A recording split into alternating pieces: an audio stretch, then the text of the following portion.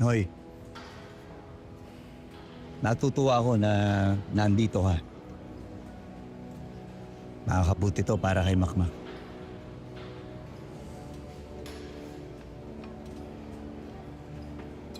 At kung ano man yung nangyari sa atin noon na dapat hindi nga nangyari sana kalimutan mo na. Kalimutan na natin. Nandito lang ako para sa anak ko. Good. Tama naman yon. Pero naisip mo ba, Nonoy? Ikaw, tapos ako. Masimula ng bagong partnership. Sigurado kong makakabuti at makakatulong to sa karin ni Makmak.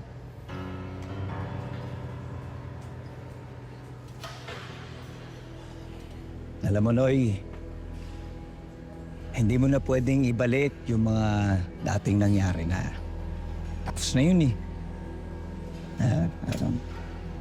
Simula tayo ng bago, di ba? Pare.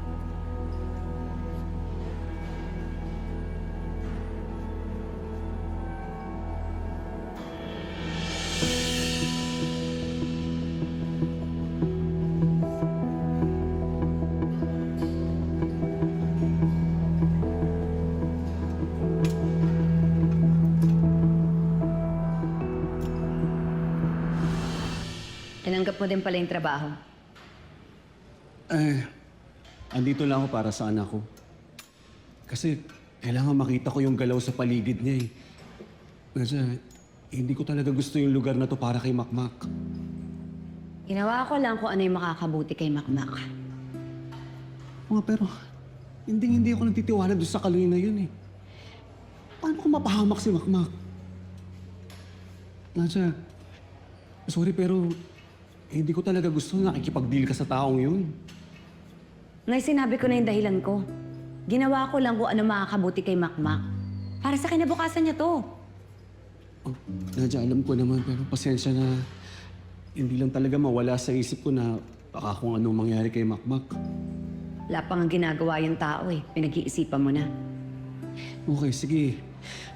Kung sa tingin mo talaga ito yung magbubukas ng opportunities para sa anak natin, sige na, hindi na ako magsasalita.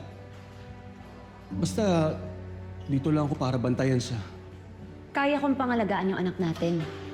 Dahil napalaki ko siyang mag-isa. Kaya huwag mong iisipin na parang pinababayaan ko siya at ikaw lang ang magsasalba sa kanya.